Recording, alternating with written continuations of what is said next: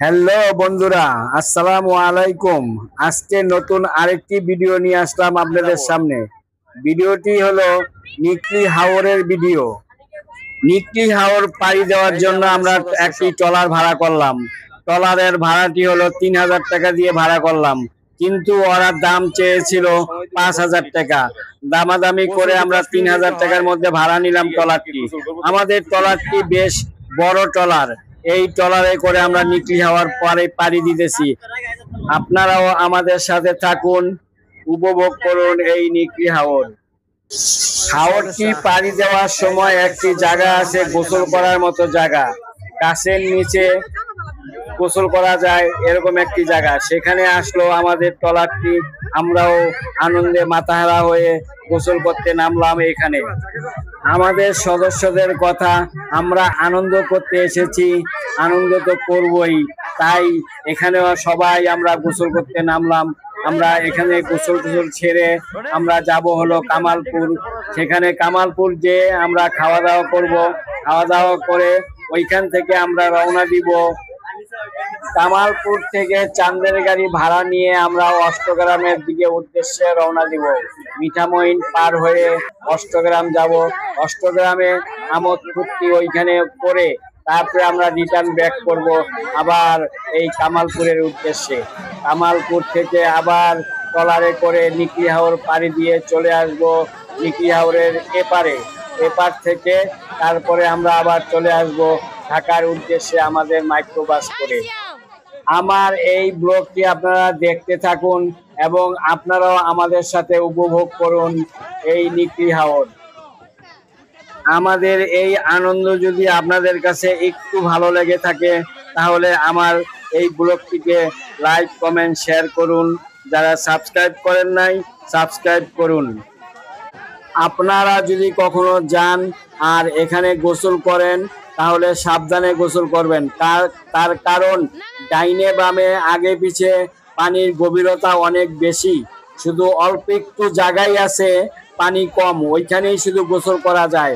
তাছাড়া ডাইনে বামে অনেক পানি বেশি। যেখানে গাছগুলো আছে এই গাছগুলোর নিচেই শুধু পানি কম, তাছাড়া অন্যদিকে অনেক বেশি পানি। যেমন যেখানে আপনাদের ট্রলারটা থাকবে এখানে অনেক গভীরতা বেশি, এদিকে আসবেন না।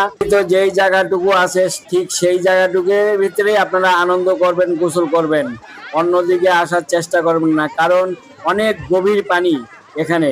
সাঁতার জানেন না তাদের জন্য অনেক বিপদ, অনেক বড় বিপদ হয়ে যেতে পারে। যার ফলে আপনারা ওই নির্ধারিত জায়গাটুকের ভিতরে আনন্দ করবেন। এই জায়গাটুকের কথা আমি ভালো করে আপনাদেরকে বলে দিচ্ছি। আপনারা খুব সতর্ক থাকবেন এখানে, পানিতে বাচ্চা কাচ্চা নিয়ে খুব সতর্ক থাকবেন এখানে। আপনারাও আমাদের সাথে থাকুন, নিকলি হাওর উপভোগ করুন।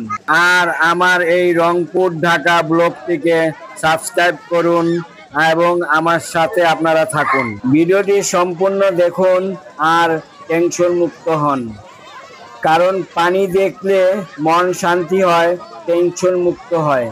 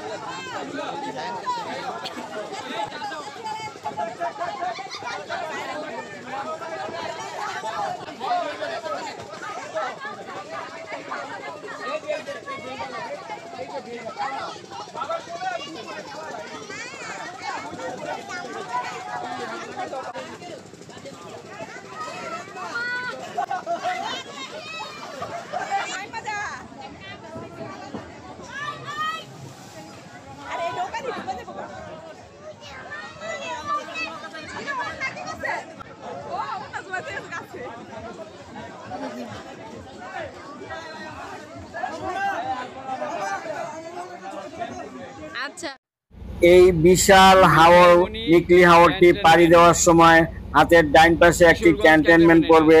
ক্যান্টনমেন্টটি হলো কিশোরগঞ্জ ক্যান্টনমেন্ট। ক্যান্টনমেন্টটির নাম হলো মিঠামইন সেনানিবাস। চতুর সাইডে থই থই পানি, মাঝখানে একটি দ্বীপ।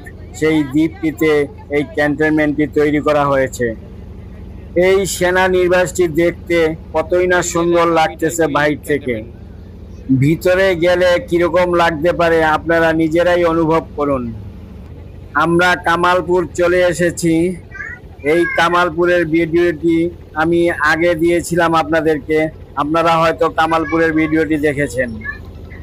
বন্ধুরা, আজকের মতো ব্লগটি আমি এখানেই শেষ করতেছি।